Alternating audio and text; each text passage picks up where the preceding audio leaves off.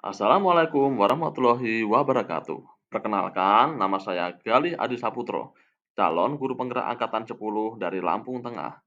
Pada kesempatan kali ini, saya akan memaparkan modul 1.1.A.8, koneksi antar materi, kesimpulan dan refleksi dari modul 1.1. Selamat menyaksikan. Untuk panduan pertanyaan yang pertama adalah apa yang Anda percaya tentang murid dan pembelajaran di kelas sebelum Anda mempelajari modul 1.1?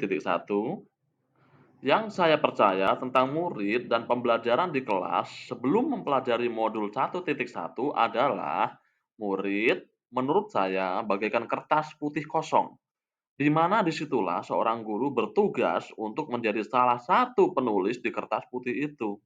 Selanjutnya, isi yang telah ditulis nantinya merupakan sumber pengalaman yang dapat digunakan oleh murid dalam menghadapi tantangan kehidupannya. Kemudian, pembelajaran di kelas ialah proses di mana seorang guru diberikan tugas untuk mentransfer pengetahuan intelektual yang didapatkan dari berbagai sumber sesuai dengan standar ataupun tujuan pembelajaran yang telah ditetapkan di dalam kurikulum. Jadi pada intinya, proses pembelajaran di dalam kelas itu, target utamanya adalah mentransfer pengetahuan yang sifatnya intelektual. Karena pada dasarnya, sebagian besar isi dari tujuan pembelajaran ialah tercapainya kompetensi intelektual yang telah ditentukan. Pertanyaan panduan kedua adalah, apa yang berubah dari pemikiran atau perilaku Anda setelah mempelajari modul ini? Hal yang berubah setelah saya mempelajari modul 1.1 ialah cara pandang saya terhadap fungsi atau makna dari pendidikan itu sendiri, di mana dalam makna pendidikan itu ternyata juga terkandung suatu arahan tentang bagaimana seharusnya guru itu memaknai arti dari murid dan bagaimana seharusnya bentuk dari proses pembelajaran di kelas.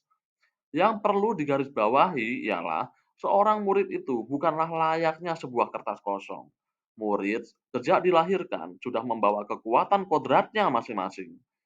Kekuatan kodrat itulah yang perlu dituntun melalui proses pendidikan, supaya kelak diharapkan akan mendapatkan kebahagiaan, keselamatan, baik sebagai individu maupun sebagai bagian dari masyarakat. Dan disinilah peran penting perlunya guru mewujudkan bentuk proses pembelajaran yang tepat. Karena bentuk dari proses pembelajaran di kelas merupakan wadah utama bagi murid untuk mendapatkan pendidikan yang layak dan sesuai untuk murid. Ada hal lain selain kecerdasan intelektual yang harus dikuasai murid, yaitu budi pekerti yang baik. Karena menurut saya, anak yang cerdas intelektual namun tidak memiliki budi pekerti yang baik kelak bisa menjadi racun bangsa. Untuk itu, budi pekerti yang baik sangatlah penting dan tidak bisa dinomorduakan. Selain itu, pembelajaran harus berpusat pada murid. Seorang guru harus bisa memahami karakter murid, latar belakang murid, dan gaya belajar murid. Ini semua menjadi syarat agar seorang guru dapat menyelenggarakan pembelajaran di kelas yang mengakomodasi kemerdekaan belajar murid. Pertanyaan panduan yang ketiga adalah apa yang dapat segera Anda terapkan lebih baik agar kelas Anda mencerminkan pemikiran Ki Hajar Dewantara. Yang akan saya terapkan agar kelas saya mencerminkan pemikiran Ki Hajar Dewantara adalah di dalam kegiatan pembelajaran yang akan saya bentuk, kegiatan dimulai dengan murid berbaris di depan kelas yang dipimpin oleh ketua kelas. Sementara saya mendampingi dengan berdiri di depan pintu kelas. Selanjutnya, ketua kelas menunjuk barisan yang paling rapi untuk masuk kelas dan secara bergiliran murid bersalaman dengan guru sebelum masuk kelas. Ini dilakukan untuk membiasakan murid melakukan budaya salaman sebagai wujud penerapan budaya yang ada di lingkungan masyarakat sekaligus penerapan 5S, senyum, salam, sapa, sopan, dan santun. Sebelum pembelajaran dimulai, murid dipersilahkan untuk berdoa dan menyanyikan lagu Indonesia Raya.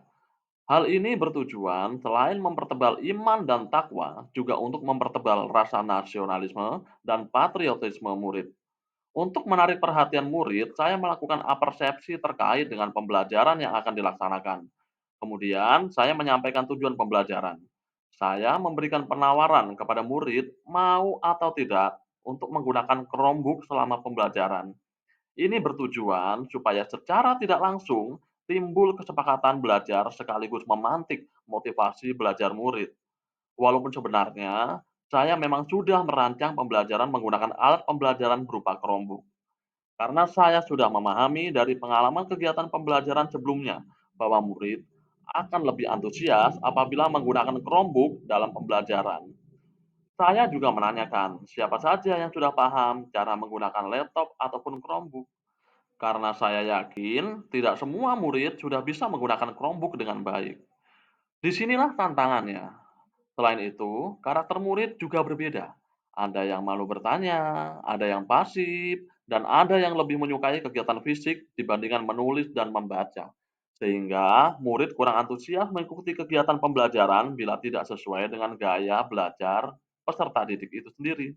Karena itu, saya membuat kelompok belajar murid dengan tujuan supaya timbul kolaborasi yang baik antar murid dan terjadi tular-menular pengetahuan terkait teknik penggunaan Chromebook. Kemudian yang kedua adalah ada ruang bagi murid untuk saling berbagi tugas sesuai dengan kemampuannya. Misal, ada yang mencari sumber literasi, ada yang menulis, dan ada yang mempresentasikan hasil diskusi. Selanjutnya, saya membagi murid menjadi beberapa kelompok belajar, di mana setiap kelompok beranggotakan maksimal 4 anak. Murid diajak ke ruang lab komputer. Selanjutnya, saya memberikan sedikit penjelasan tentang materi pembelajaran dan membagikan LKPD ke masing-masing kelompok belajar. LKPD tersebut tentunya berfungsi sebagai pemandu murid dalam melaksanakan kegiatan pembelajaran. Selama murid berdiskusi dengan kelompoknya, saya memantau kegiatan diskusi serta memberikan tuntunan dan arahan kepada murid yang membutuhkan. Untuk menumbuhkan semangat belajar lagi, saya memberikan ice breaking terlebih dahulu. Dengan ice breaking yang saya lakukan, anak-anak terlihat antusias lagi untuk berdiskusi. Murid saya arahkan untuk saling berbagi tugas sesuai dengan kemampuannya. Misal, ada yang mencari sumber literasi, ada yang menulis, dan ada yang mempresentasikan hasil diskusi. Guru hanya memfasilitasi murid. Biarkan murid yang aktif melaksanakan proses pembelajaran. Di akhir pembelajaran, guru dan murid menyimpulkan materi pembelajaran serta melakukan refleksi kepada murid tentang tanggapan mereka terhadap kegiatan pembelajaran. Selanjutnya ditutup dengan doa dan bersalaman kembali.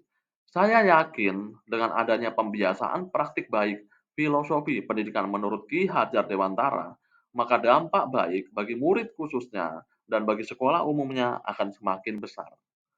Demikian pemaparan dari saya. Terima kasih. Salam guru penggerak.